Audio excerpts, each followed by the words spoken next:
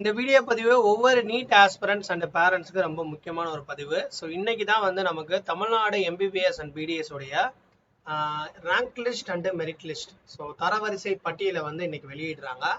So இந்த வீடியோவில் டீட்டெயிலாக பார்ப்போம் எப்போ நமக்கு இந்த ரேங்க் லிஸ்ட்டை வந்து வெளியிடுவாங்க, ரேங்க் லிஸ்ட்டை நம்ம என்னென்னலாம் செக் பண்ணணும் அப்படின்றத கண்டிப்பாக தெரிஞ்சுக்கணும். நீங்கள் பார்க்குறது BDS doctor YouTube channel. So நம்ம சேனலை புதுசாக பார்க்குறவங்க சப்ஸ்கிரைப் பண்ணிக்கோங்க. Rank list and merit list, so தரவரிசை பட்டியலை வந்து இன்னைக்கு வெளியிடுறாங்க. ஸோ இந்த வீடியோவில் டீட்டெயிலாக பார்ப்போம் எப்போ நமக்கு இந்த ரேங்க் லிஸ்ட்டை வந்து வெளியிடுவாங்க, ரேங்க் லிஸ்ட்டை நம்ம என்னென்னலாம் செக் பண்ணணும் அப்படின்றத கண்டிப்பாக தெரிஞ்சுக்கணும். நீங்கள் பார்க்குறது நீட் யூஜி தமிழ், நான் உங்கள் கார்த்திக். அதாவது 31/7/2024 லாஸ்ட் மந்த் வந்து நமக்கு இந்த எம்பிபிஎஸ் பிடிஎஸ் கவுன்சிலிங் தமிழ்நாடு ஸ்டேட்டுக்கு வந்து தொடங்கினாங்க. கடைசி தேதி 11ஆம் தேதி கொடுத்துருந்தாங்க. அதுக்கப்புறம் ஒரு நாள் வந்து எக்ஸ்டென்ஷன் கொடுத்துருந்தாங்க.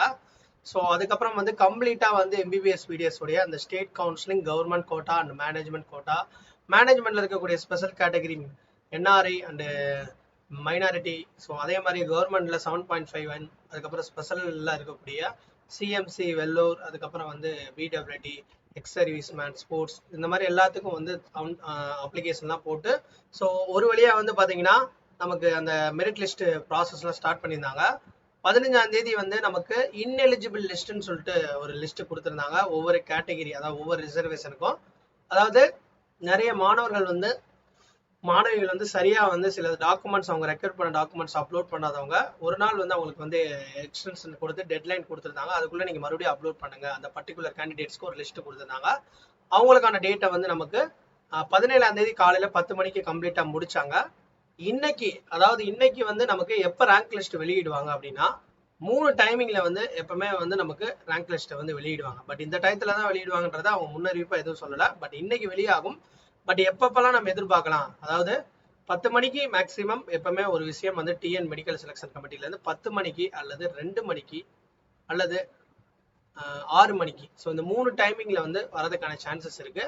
ஸோ கண்டிப்பா வந்து வெப்சைட்டை செக் பண்ணிக்கிட்டே இருங்க. இன்னொரு முக்கியமான விஷயம், ரேங்க் லிஸ்ட் வந்தா நமக்கு என்னென்னலாம் வரும் அப்படின்னா ரேங்க், அதுக்கப்புறம் அப்ளிகேஷன் நம்பர், உங்களுடைய ரோல் நம்பர், நீட்டோடைய roll number, name, community, NEET score, அப்புறம் கம்யூனிட்டி ரேங்க். ஓகே, இதுல 2 ரேங்க் இருக்கு பாத்தீங்களா. ரேங்க் ஃபர்ஸ்ட் ஒரு காலத்துல ஒரு ரேங்க் கொடுத்துருக்காங்க, கம்யூனிட்டி ரேங்க்னு சொல்லிட்டு கொடுத்துருக்காங்க. இது ரெண்டுக்கும் என்ன டிஃபரன்ஸ்ன்றத கண்டிப்பா நிறைய பேருக்கு தெரியும், தெரியாதவங்களுக்கு நான் சொல்றேன். ஸோ இந்த ஜென்ரல் ரேங்க்ன்றது இந்த ஓவரால் லிஸ்ட்ல இவங்க தான் வந்து முதலிடத்துல இருக்காங்க. அதாவது தமிழ்நாட்டை பொறுத்தவரையும் முதல் ரேங்க்ல, அதாவது தமிழ்நாடு ஸ்டேட்ல முதல் ரேங்க்ல இருக்கிற இந்த கேண்டிடேட் வந்து ஓவரால் ஓப்பன் காம்படிஷன்ல இவர் தான் வந்து முதல் ரேங்க்ல இருக்காங்க. அதே மாதிரி அடுத்து 2, 3 சொல்லி.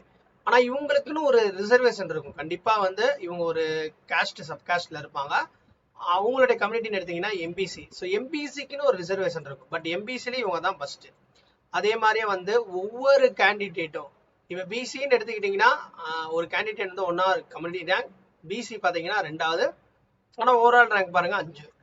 இந்த general rank, overall rank, general ரேங்க்கும் கம்யூனிட்டி ரேங்க்கும் நமக்கு தெரிஞ்சிருச்சுன்னா, ஸோ இதை வச்சு சீட் மேட்ரிக்ஸ் வச்சு நம்ம ஓரளவு வந்து கட் ஆஃப் அண்ட் ரேங்க் வந்து நமக்கு எந்த ரேஞ்சில் இருந்தால் நமக்கு கவர்மெண்ட் கிடைக்கும், கவர்மெண்ட் கோட்டால இருக்க செல்ஃப் ஃபைனான்சிங் கிடைக்கின்றத ஈஸியாக நம்ம ஃபைண்ட் அவுட் பண்ணிடலாம்.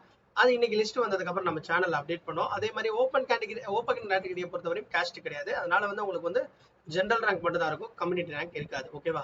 ஸோ இதே மாதிரி ஒவ்வொரு கேட்டகரி, ஸோ மொத்தம் 7 கேட்டகரி இருக்கு. அந்த ஓசியை தவிர மற்ற எல்லாமே reserve category, BC, BCM, MBC, SC, SC, ST. So இந்த 6 கேட்டகரிக்கும் வந்து ரேங்க் அண்ட் கம்யூனிட்டி ரேங்க்ன்றத 2 ரேங்க் நீங்க செக் பண்ணிக்கோங்க. கண்டிப்பா செக் பண்ணதுக்கு அப்புறம் நீங்க கமெண்ட் செக்ஷன்ல போடுங்க. நெக்ஸ்ட் வீடியோ வந்து நம்ம prediction, cut off prediction video update பண்ணுவோம். ஸோ இந்த வீடியோ உங்களுக்கு ஒரு இன்ஃபர்மேட்டிவா இருக்கும்னு நினைக்கிறேன். இந்த வீடியோ பிடிச்சா லைக் பண்ணி, ஷேர் பண்ணி, கமெண்ட் பண்ணுங்க. So thanks.